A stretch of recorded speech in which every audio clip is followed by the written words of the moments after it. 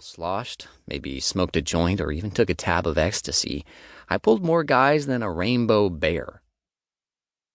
But he'd be gone by the time I got a glass of wine down. A normal person might have sauntered over and asked him to have one with me. Normal went out the window for me when I got kicked out of my PhD program for missing my seminars and not completing my research. Too many nights at the club, getting high and partying and having wild, but never all that satisfying sex with Joey, whom I dated for 6 months and regretted dating ever since. Hot Dude traded his second book for a third, looked at it for about 20 seconds, and then shook his head, put it back, and stomped straight out of the bookstore, disappearing through the front doors and merging into the groups of people wandering through Church Street Marketplace. I slowly replaced my book on maybe Buddhism, my shoulders slumping. Why did I have to obsess over a probably straight, certainly uninterested guy when Burlington had so many hot, gay men who'd love to get to know me, some of whom might even be in the wine bar? Maybe because they only wanted to get to know me until I stopped buying rounds of top-shelf liquor and/or got on my knees. Yeah, probably that. Fantasies had it all over reality. With my distraction out of the way, I spent an hour looking at science journals and a new book on population genetics, spent a few minutes disagreeing with the author's conclusions, and then took the book up to the counter anyway. My black Amex wasn't going to spend itself, right?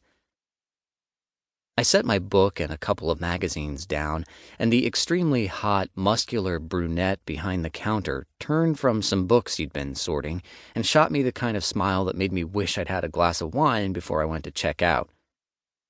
"Hey," he said, his voice warm and just this side of flirty. I'd spent a lot of time in V&V since it opened a year before, and I'd seen this guy more than once, though usually working in the bar. He really flirted with the female customers, had everyone from adolescent girls to grandmas blushing and smiling within seconds. Although he'd toned it down lately. I was pretty sure he'd started dating a guy, actually, and wasn't that a lost opportunity for the rest of us? I knew he'd pinged my radar. Not that I'd ever gotten up the balls to do anything about it. "How's it going? This all for you today? We have a new astronomy book on the front display. The author's from Vermont." I automatically shook my head, and then I reconsidered. "Actually, did you see that guy who just left? The really tall guy in the leather jacket?" The clerk rolled his blue eyes and scoffed, somehow looking suave instead of goofy, like I did when I made that face. "Yeah, true crime guy. I was hot just looking at him in that jacket. Isn't it kind of warm outside? It was already heating up this morning when I got to work." I'd been hot looking at Hot Dude too, but not for the same reason. "Yeah, it's a little weird, right? Come on, give me something." Considering how many times I'd seen Hot Dude in here, he had to be around even more than that, right? Unless somehow the stars had aligned and led me here at exactly the same times he came in. Like fate. Right. The clerk said, shrugging his broad shoulders. "We get weirder.